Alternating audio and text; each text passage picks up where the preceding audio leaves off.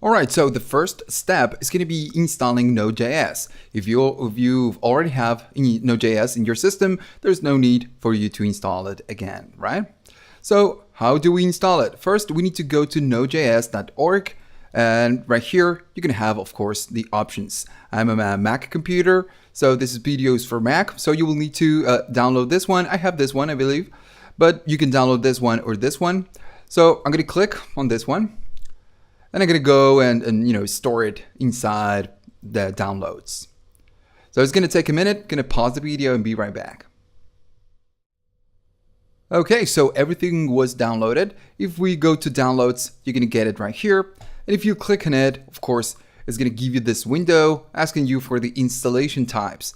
Now, I'm not going to install it because I've already have Node in my system and I have a different version, so I'll need to delete the previous one and install the new one. But the one I have, it's going to work just fine. So I don't want to update it.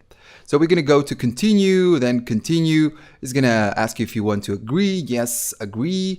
And of course, the installation type, and then of course, go to install. And after everything is installed, you just exit the installer, right? Okay. Now the problem is, how can we check if Node is installed in our system? Since I believe you're using a Mac computer, so you will need to do command and space and bring the spotlight search, and you do terminal, of course. If you press enter, it's going to give you the terminal, and we will be using this terminal a lot in this course. So how can we check if we have Node? So first we say Node, right? Just Node, and then -v. So -v means version. So with this, we will be asking the terminal the version of Node we are running in our system. So if you press enter, it will give you the version of Node. I'm using the 8.6, so I'm a little bit behind, but that's fine. So if you're not getting this, it's because you will need to restart the computer. So restart your computer and then come back.